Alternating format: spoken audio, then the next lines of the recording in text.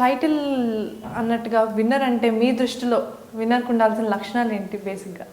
అంటే విన్నర్ ఈ పర్టికులర్గా ఈ సినిమాకి ఈ టైటిల్ 100% యాప్ట్. ఓకే. విన్నర్కి ఉండాల్సిన అంటే లక్షణాలు అంటే హార్డ్ వర్కింగ్. దేనికైనా హార్డ్ వర్క్ నుంచే ఏదైనా వస్తుంది. సో ఎక్కడ విన్ అవ్వాలన్నా సరే ఫస్ట్ మనం హార్డ్ వర్క్ చేస్తేనే వస్తుంది. దీంట్లో కూడా హీరో తన గోల్ని రీచ్ అవడానికి ఎంత హార్డ్ వర్క్ చేసి ఎలా విన్ అయ్యాడు అనేది జస్టిఫికేషన్. జనరల్గా మీరు ఇప్పటిదాకా చేసిన సినిమాలన్నీ కూడా commercial hits. What is your success formula? ఎందుకంటే ప్రతి సినిమా అంతలా ఆడాలి అంటే you have to work really very hard. దానికి మీరు ఎలా వర్క్ చేస్తూ ఉంటారు? అంటే నేను ఒక్కటే ఫీల్ అవుతాను ఎప్పుడు నేను చేసే సినిమా, ప్రతి సినిమా నా ఫస్ట్ సినిమాలోనే నేను ఫీల్ అవుతాను.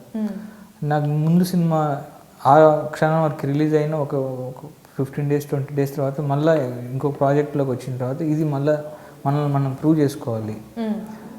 ఇప్పుడు అంటే అంతా కూడా ఒక రేస్ లాగా వెళ్తుంటుంది. ప్రతి ఫ్రైడేకి ఒక ఫేట్ మారిపోతూ ఉంటుంది. సో ఇప్పుడు నా సినిమా వస్తుంది, నేను మళ్ళీ నాకు ఫస్ట్ టైం నాకు డైరెక్షన్ ఛాన్స్ ఇచ్చారు, ఒక ఆపర్చునిటీ ఇచ్చారు. సో నేను దీన్ని ప్రూవ్ చేసుకోవాలి అన్న మైండ్ సెట్లోనే ఉంటాను. యాజ్ ఏ అసిస్టెంట్ డైరెక్టర్గా నేను ఎలా ఉండేవాడినో అదే మైండ్ సెట్లో ఉంటాను నేను.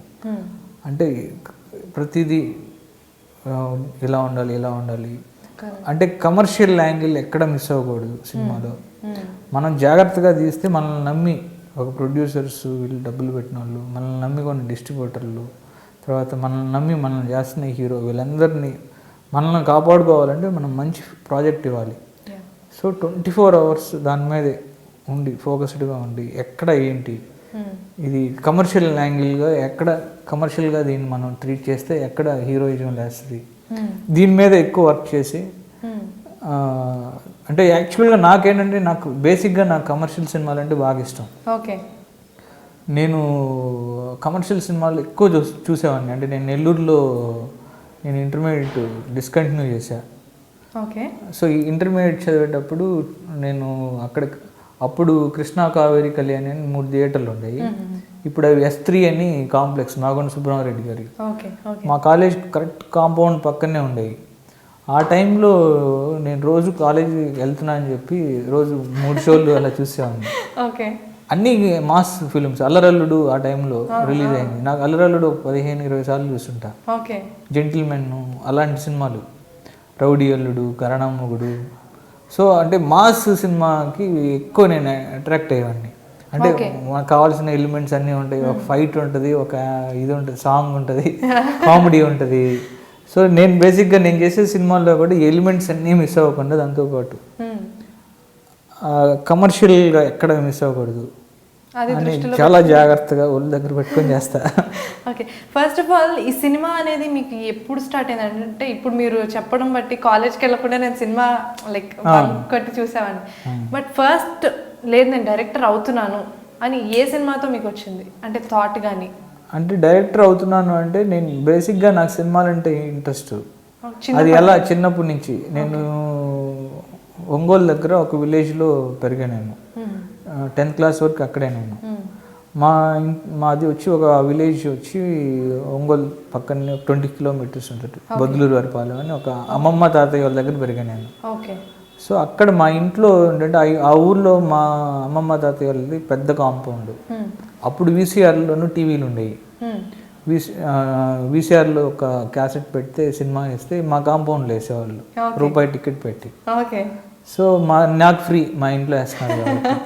సో అప్పటి నుంచి సినిమాలు చూడడం. నెక్స్ట్ డే అక్కడి నుంచి పక్క ఊర్లోకి స్కూల్కి వెళ్ళేవాళ్ళు. ఇప్పుడు రాత్రి చూసిన సినిమా గురించి ఏదో మాట్లాడుకుంటూ డిస్కస్ చేస్తూ ఆ కామెడీ సీన్ గురించి చెప్పుకుంటూ సో అలా తెలియకుండానే ఒక ఇంట్రెస్ట్ పెరిగిపోయింది.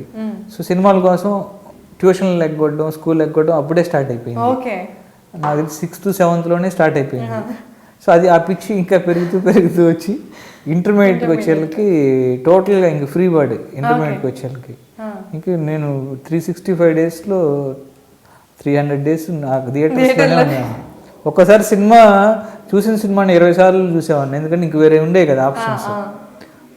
టౌన్లో ఇప్పుడు ఏం ఆడుతున్నాయి అంటే ఆల్రెడీ చూసాను కదా, మళ్ళీ అలా జెంటిల్మెన్ సినిమా అలానే చూశాను. దాదాపు 30 times 40 times చూసాను.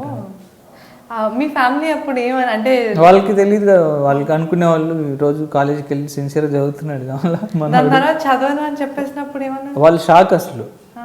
నేను 10th క్లాస్ వరకు ఫస్ట్ క్లాస్ స్టూడెంట్ని, ఇంటర్మీడియట్లో అసలు నేను ఫస్ట్ ర్యాంక్ వస్తేమో అని చెప్పి వాళ్ళందరూ ఫస్ట్ ర్యాంకులు వస్తున్నారు, నేను అసలు ఫెయిల్ అయిపోయాను, 4 సబ్జెక్టులు పోయినాయి.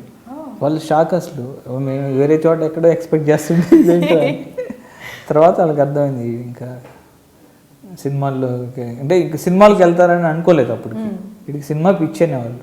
మీకు అప్పటికే ఫోకస్డ్గా ఉన్నారండి? నేను కూడా అంటే సినిమాలు ఇంట్రెస్ట్ దాని మీద ఉండేవాడిని. సినిమాల్లోకి ఆపర్చునిటీ రావడం ఎలా అనేది మనకు తెలియదు. సినిమా పిచ్చి ఉండేది నెల్లూరులో ఉన్నప్పుడు బాగా. తర్వాత అనుకోకుండా నేను హైదరాబాద్ రావటం, అక్కడి నుంచి ఫస్ట్ అసిస్టెంట్ కెమెరామెన్గా వచ్చాను నేను. ఓకే. ఒక cinema hello I love you అని, ఆ సినిమాకి. అక్కడ కూడా నేను చోటా గారు ఇండైరెక్ట్గా నాకు తెలియకుండానే ఆయన వల్ల నేను డైరెక్షన్ డిపార్ట్మెంట్లోకి వచ్చాను. అదేలా? అది ఒక పెద్ద స్టోరీ. సో అప్పటి నుంచి కూడా చోటా అన్న నా లైఫ్లో ఉన్నారు. అంటే అలా వచ్చి నేను ఆ రోజు నేను ఇండస్ట్రీ ఎంటర్ అయినప్పుడు నేను చాలా చిన్న పిల్లోడిని. ఇది అదే నా లైఫ్లో ఒక మాట వల్ల నేను కెమెరా డిపార్ట్మెంట్ నుంచి చోటా గారి పేరు వాడడం వలన నేను డిపార్ట్మెంట్ మారిపోవాల్సి వచ్చింది. సో అలా ఫైనల్గా నేను ఈరోజు విన్నర్కి చోటా అన్నతోటి నేను ఆయన కెమెరామెన్గా, చీఫ్ టెక్నీషియన్గా, నేను డైరెక్టర్గా ఉన్నంటే ఇట్స్ మెమరబుల్. అది అంటే definitely you have to like మీరు అతని పేరు చెప్పి ఫస్ట్ అక్కడ ఆయన దగ్గర వర్క్ చేసి అవును సినిమాలో అంటే మీ డైరెక్టర్గా ఆయన సినిమాటోగ్రఫర్గా it's like wonderful. And most funniest incident happened in your set? Funniest అంటే ఏ రోజుకి ఆ రోజు టెన్షన్తోనే ఉండేవాను. గుర్రాలు ఉంటే టెన్షనే కదా. తర్వాత ఫన్నీయెస్ట్ అంటే కామెడీ సీన్స్ చేసేటప్పుడు కూడా కామెడీ పృథ్వీ సీన్స్ అన్నీ కూడా చాలా ఎంజాయ్ చేస్తూ చేసాం. పృథ్వీ అలానే ఆలీ గారి సీన్స్. ఆలీ గారు దీంట్లో పీటర్ హీన్స్ అని ఒక క్యారెక్టర్ రిజిస్టర్ చేశారు, అంటే రిజిస్టర్ అయిపోయే ఒక సింగం సుజాత ఏమో ఇతను పృథ్వీ గారు, సింగం సుజాత, ఆలీ గారు ఏమో పీటర్ హీన్స్. వీళ్ళకి ఇద్దరు క్యారెక్టర్లు ఎక్స్ట్రాడినరీగా ఉంటాయి. సో ఆ మూమెంట్ అంతా కూడా, ఆ ఫన్ మూమెంట్ అంతా కూడా బాగా ఎంజాయ్ చేస్తూ చేసింది. ఆలీ గారి సీన్స్ కానీ, సింగం సుజాత కానీ, ఆయన అంటే ఒక సౌండ్ కానీ, అవన్నీ బాగా అంటే కామెడీ సీన్స్ అన్నీ కూడా బాగా వర్కౌట్ అయింది. Please subscribe I dream.